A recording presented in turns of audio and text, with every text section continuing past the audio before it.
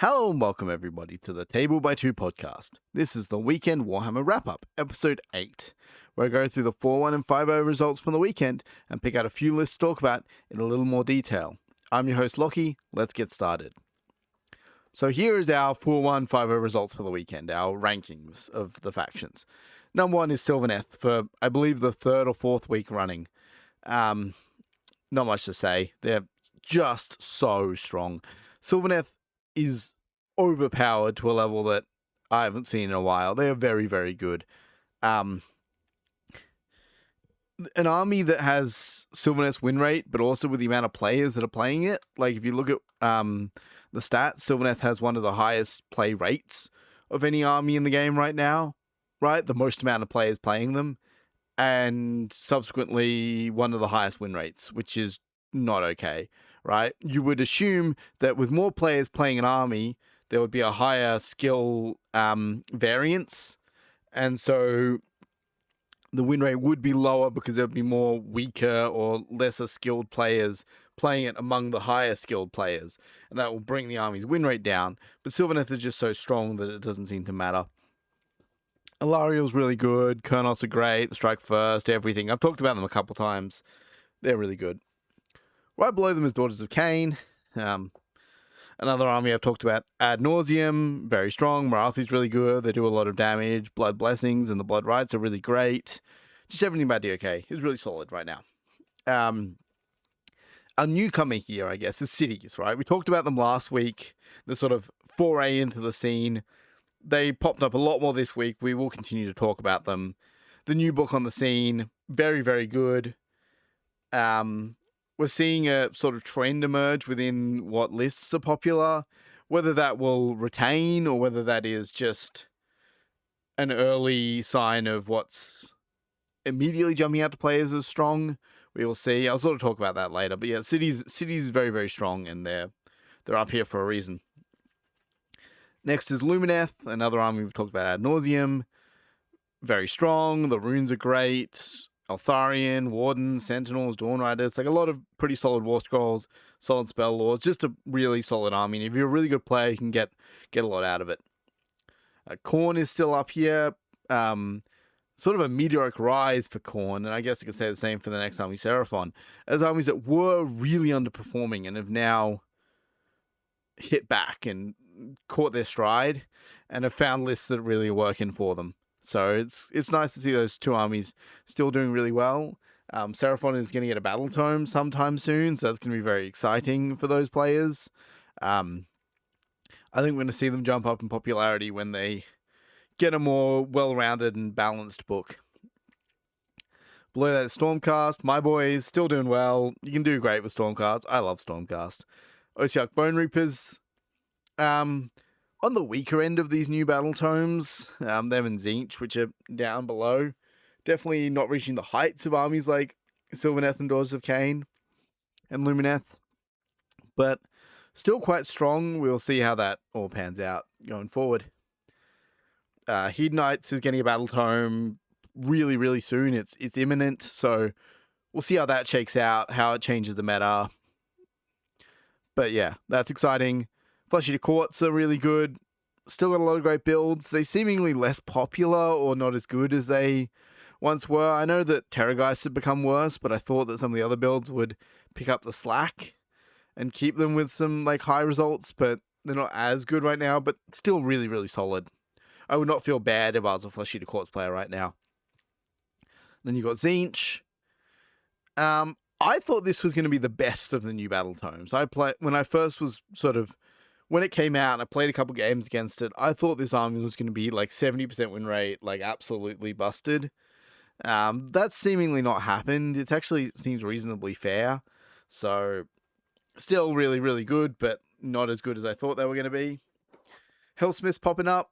It's always exciting to see these guys. New faction, really exciting. Not as strong as maybe people would like, but still pretty good. Skaven's still kicking around. It'll be interesting to see what happens with Skedgegaran. My belief is that it's just going to stick around. So Skaven will probably stick at a similar win rate. If Obscuring becomes worse and there's less of it, then I could see shooting lists, scryer lists, sorry, becoming more popular. But if Obscuring stays relatively static, then I could see Skaven's win rate and popularity staying about where it is. I think that going forward, the Rat Ogre build will still be very strong, but people are already getting sick of it, and if that's their only build for another whole year, if we don't get another Scourging around, which seems likely, then yeah, Skaven's in a bit of a rough spot. Slaves to Darkness also in a bit of an interesting spot. I still think they're pretty good, but yeah, they're a thin book with not a lot of options. You've either got to commit to doing the Dark Oath thing, which is a lot of painting, a lot of building, and also not that, like, I don't think the Dark Oath is so good that you get rewarded for all your effort in hobby, right? Like, if you wanted an army that required a lot of hobby effort and a lot of time and money and investment and all that, you could play Lumineth Cities and get much more reward for doing that. So I don't know how many people are really building these Dark Oath builds, and like, people are still kicking around with their Chosen and Varangard and all that, but definitely less popular than they were, and not as strong. I think that armies built around singular hyper hammers, like a reinforced block of Chosen / Varangard, have fallen off in popularity and in well, not just popularity, but in performance. Then we've got Iron Jaws, still pretty good. Orc Summer, yada yada yada. And Ogre's also still kicking around. They're really good right now. And they'll get a Battle Tome, and we'll see what that brings for them. But that's it, right? Like, realistically, these bottom tier of results, where they've only gotten one result, is more down to player skill than it is to army performance, but also these armies are still really good. There's some good armies here. This is our results. On to the power picks. These are the meta-defining lists, the lists that you will likely come across at a tournament. They're really strong, they're really good. This is the ones that I really want to talk about. So, first we've got Cities of Sigmar here. It's in the Zealous Horde's battle formation. It's Master Spartans that recover its battle tactics. That won't matter. The new General's Handbook's on the horizon, so all of that will get shaken up. It's got a Cavalier Marshal, 2 reinforced blocks of Cavaliers, some Steel Helms, some Gate Gargants, a Warforger with reinforced Fusiliers, Gallants, and Steel Helms, a Fusel Major and Ogre Warhog with some Will-of-Core Hunters, and then the faction terrain in there as well. 20 Cavaliers seems to be the standard for a lot of these lists. And it's not hard to see why. Cavaliers are probably the best cavalry unit we've ever seen, right? They solve all the problems you could ever have with a cavalry unit. They almost don't play like a cavalry unit in the same way that every other cavalry unit can tend to play, right? They have this ability to allow them to charge even if they're in combat, and they can do that any charge phase. So they just get to always be at charge +1 damage, always be at max efficiency. The Cavalier Marshal is really solid. Steel Helms are really great. We'll talk about them more later. Gate Gargants we talked about last week. I think just really solid monsters, right? Like, they've got 10 health each. They do decent damage.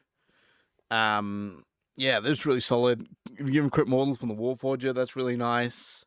Decent shooting, everything. Gate Gargants are just great. I really like them. The Warforge is awesome. Gives that crit mortals as a caster to cast all your incredible spells.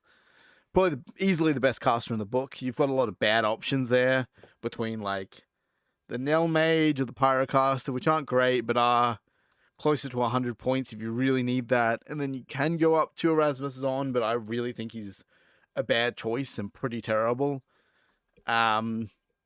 They've got reinforced Fusiliers. Fusiliers are an interesting unit because they do okay shooting damage, but not incredible. But they are a pretty decent hammer, or decent anvil, sorry. If they're under orders, they get their -1 to rend abilities, so they're effectively on a 3-up save, which is pretty nice. So Fusiliers aren't terrible. They're pretty good. You got Gallants. I've seen a lot of this MSU, like, 1 5-man squad of Gallants in these lists. And I don't fully understand why. I don't think Gallants are great. They don't do a ton of damage. I guess they're reasonably tanky, but not great. I think it's mainly to fill out order groups. You really want, like, you need a different unit that isn't like Steel Helms to be that like third unit in an order group, and you might not have the points to run Grenadiers or whatever. And then you don't want to run like, and they're probably better than running Flagellants or any amount of elf options that wouldn't fit in regiment slots anyway. So I can see them being there just to like fill out orders and make your order groups work. And then you got the Fusilier Major and Ogre Warhawk, a unit I really like. +1 to hit for basically your entire army is really great, right? Being able to hand out +1 to hit, okay shooting, decent melee, pretty solid. And then Will the Core Hunters are just a deep striking unit. And like, that's really great, right? A unit, you run one of them, you put him in reserve, you drop him out onto an objective or whatever. Solid, really awesome. Zealous Hordes give you +1 to wound if you meet the stipulation. The Cavalier Marshal is pretty solid. He can allow units to countercharge with him, and then allows them to, if they charge, you get to pick cavalry units and you get to make pile-ins and do a bit of damage, which is solid. And I think you probably want at least one fast unit to be moving up the board with your Cavaliers to sort of keep that order group going.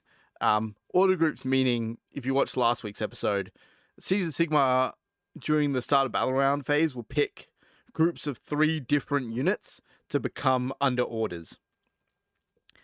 And so you need and different units meaning it could be Cavalier Marshal, Cavaliers, Steel Helms, or Cavaliers, Steel Helms, Gate Gargants, but it can't be Cavaliers, Steel Helms, because obviously you've got 2 units of Cavaliers that need to be different units. But yeah, having a Cavalier Marshal to sort of move up and be that third unit in the order group is pretty solid. And then also he does a little bit of melee damage. He's not great, but it's not the worst either. Especially, this list hasn't done it, but you could give him the Last Blade of the Ember Guard, which actually makes him a reasonably scary combat piece. This has got the Sphere Celestial for a weird sort of teleport ability on the Warforger, but yeah, overall, really, really good. And I'm going to go talk about Cavaliers here. 10-inch move on a 3 health, 3 up save. So that's pretty solid defensive profile, right? You got 30 health on these reinforced blocks. On a 3 up save, they move 10 inches, but you can very easily make them 13 inches if you get off the spell that gives +3 to move characteristic. So you could, 13-inch move. They do pretty great damage here. 3 attacks, 3s and 4s, Ren 1 damage 2 on the charge.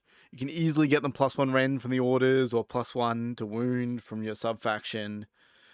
+1 attack is one of your spells. You've got crit mortals from the Warforged. There's a lot of offensive buffs that you can give these guys. And then on top of that, you've got the Storm of Steel ability here, which is what makes Cavaliers so good, right? It is the ability that makes these guys absurd. They're way too efficient points-wise, and this ability is nuts. So if it's in combat and hasn't charged, you get to pick an enemy unit that's in combat with, and up to 1 friendly Cav Marshal within its combat range to be the targets. If it's under orders, you get to do it you get to do it immediately. Otherwise, you have to roll a 3 up. And you get to make a charge, right? So the Cavaliers and the Marshal, if you've picked a Marshal, you don't have to pick a Marshal, key point. But if you have picked a Marshal, they both get to charge.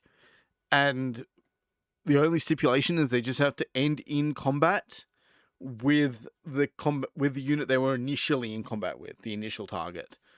But they can charge out of combat. If they're in combat with 2 units, you can charge them out of combat with 1, as long as you stay in combat with the other. It's very, very good. It means, because the problem with Cav units, right, with, let's say, Blood Knights or whatever, is if you can get in combat with Blood Knights and stay there, right? If you can charge Blood Knights, then Blood Knights don't do any damage, right? So, I've played Iron Jaws into Sword by Gravelords once, and I charged 10 Blood Knights with 20 Ardboys, right? And it just became a slog.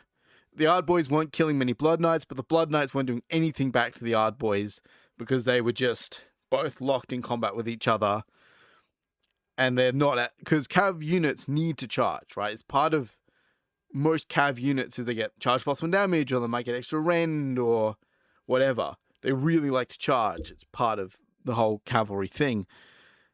And cavaliers solve the problem because they can just always charge. It is once per turn army, so your 2 blocks of cavaliers can't do it, but still, if you probably want to stagger your cav anyway. And this is also if they don't just immediately wipe what they're in combat with, or yeah, it's incredibly strong ability. It solves a lot of the problems with cav. And then finally, we've got Steel Helms up next.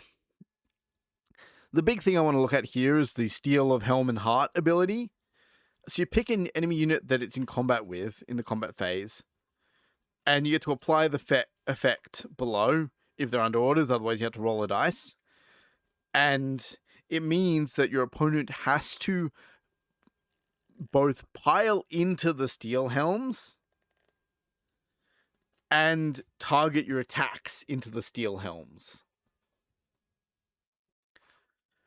So yeah, it means that if your Steel Helms are next to your Gate Gargants or whatever, and your opponent charges your Gate Gargants, you can actually say, no, you've got to send all your as many of your attacks as you can into the Steel Helms. Now, it does mean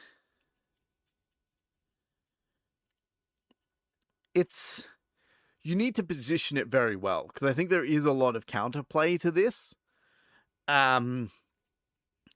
So you have to pile towards them, but it doesn't, you don't have to make a pile in move. And so also it means that all attacks, sorry, I'm just remembering how the ability works, but your opponent only has to target, obviously they only have to target the Steel Helms with models that are in the combat, that could target the Steel Helms, right? They're within 3 inches within combat range of the Steel Helms. So if you're fighting Steel Helms, you just have to make sure you need to be, and this is all dependent on your charge roll, right? And this is what the city's player will be able to set up their Steel Helms in a way to avoid or whatever. But the point being that you can actually charge if you charge away from the Steel Helms on your charge roll, and then just fight, then you won't have to fight as much into Steel Helms. So if you can position your main unit, if you can just charge away from the Steel Helms, you won't have to send as many attacks into them, because more of your units will only be in combat with the secondary unit, not with the Steel Helms. Sorry I did a bad job of explaining that, but yeah, that's the thing, right? So you can pile away, or you can't pile away from the Steel Helms, but you can charge away from them, so you're not as in combat with the Steel Helms as you might be normally. Yeah, sorry. So yeah, that's Steel Helms. City is very, very strong, very good. We'll see him a lot more going forward. Next, we've got Blades of Khorne, and this is the Baleful Lord's Army of Renown. It's 5 drops. It's got Intercept to Master the Path. It's running Scarbrand, a Bloodthirster of Incessant Rage, a Bloodthirster of Unfettered Fury, a Wrath of Khorne Bloodthirster, and another Bloodthirster of Unfettered Fury.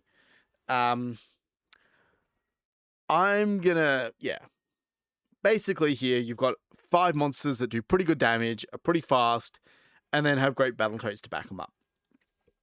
Scarbrand is pretty solid as a damage dealer, probably only going to get better in the next General's Handbook. The Bloodthirster of Incessant Rage is the Boom Thirster, as it's called. It does a lot of damage. Here's your big damage one.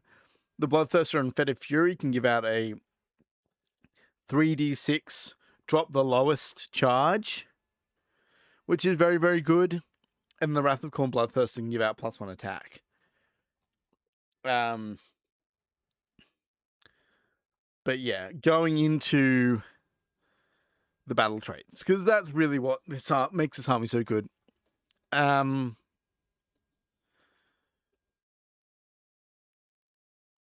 going through this, you got a Spell Ignore here, which is, or not a Spell Ignore, but a way to unbind spells very easily, which is good. Khorne hates magic, and this allows you to ignore it. Healing all bloodthirsters in combat is pretty solid. Banishing manifestations is fine. Really, you're looking at the Born of Butchery ability here. This is what makes it so strong. It's been nerfed a little bit, but still very, very good, in my opinion.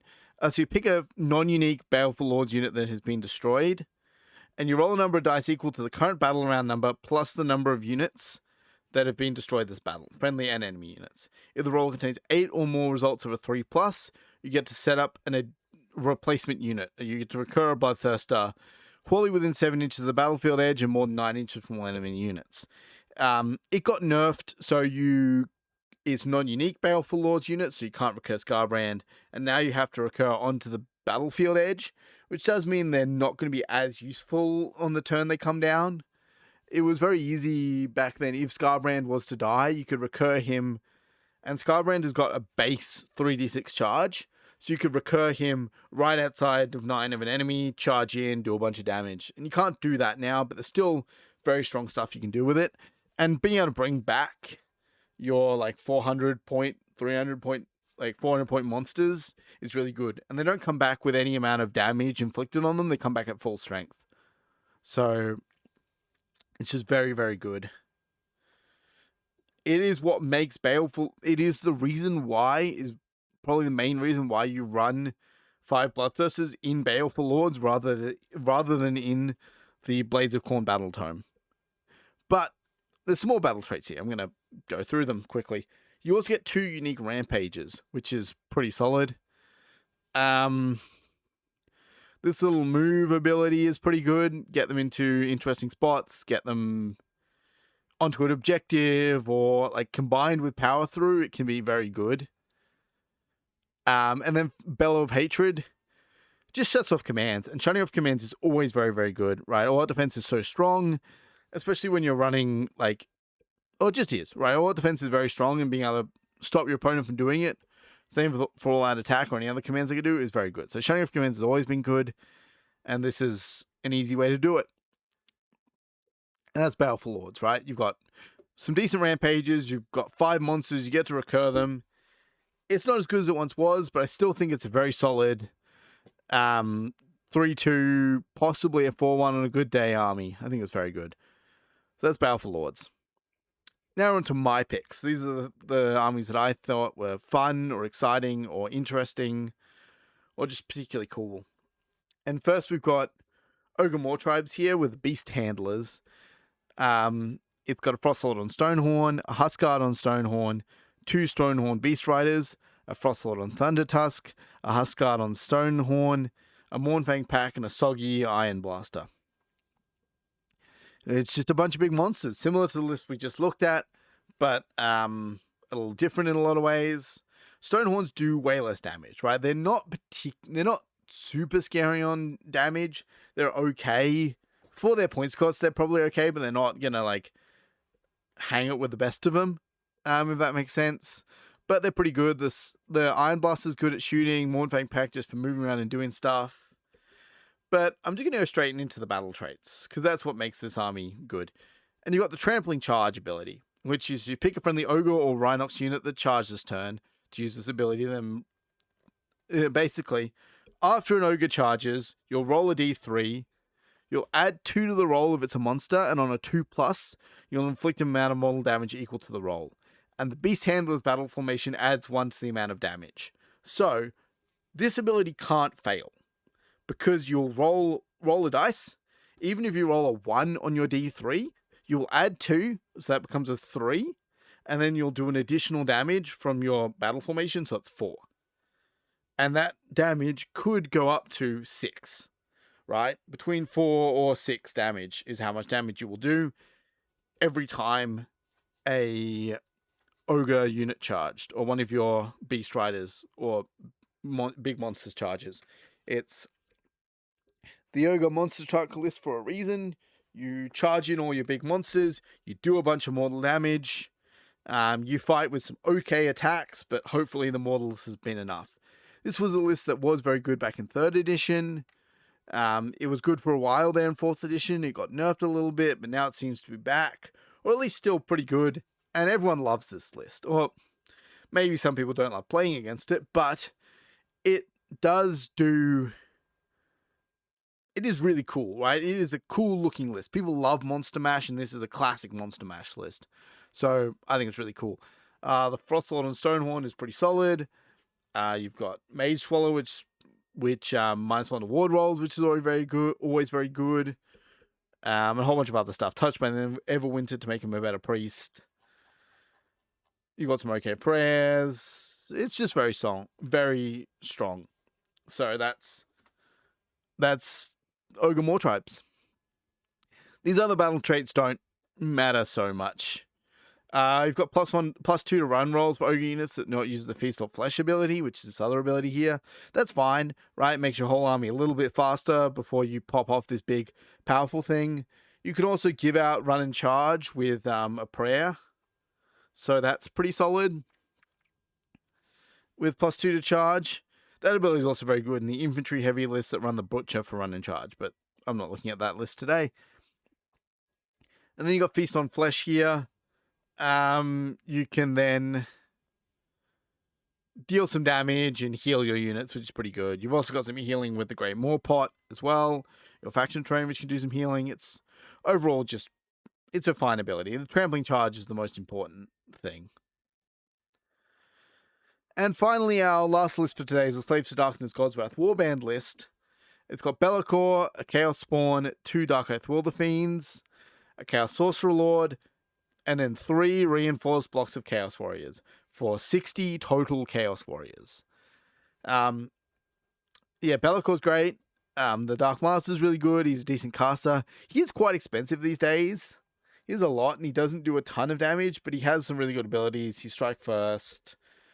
He's still great, right? Be'lakor is still great. You've got the Chaos Spawn here just as a bozo to go move and take objectives and things.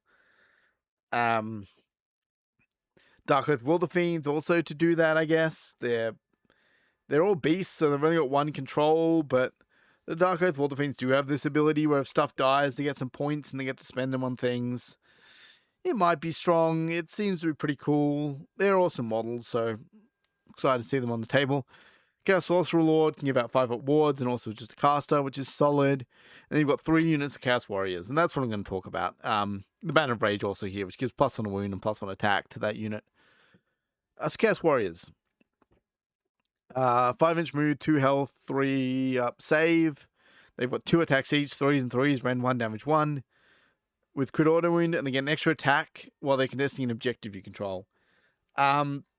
This is just a lot of wounds, right? You've got 120 wounds on a 3-up save. They can stand on 3 objectives, be hard to kill, do pretty decent damage. You can get them up to like 4 attacks each, possibly. Give them the little pledges each teleport. You do a bit of damage with God's Wrath Warband. It's just a lot of wounds on a 3-up save. Chaos Warriors being at 180 points these days is pretty cheap for a unit of that caliber, so that's really it, right? Is that Chaos Warriors are just cheap for decent wounds. I've always thought they were quite good, and I haven't seen a lot of play, but you can run them a lot.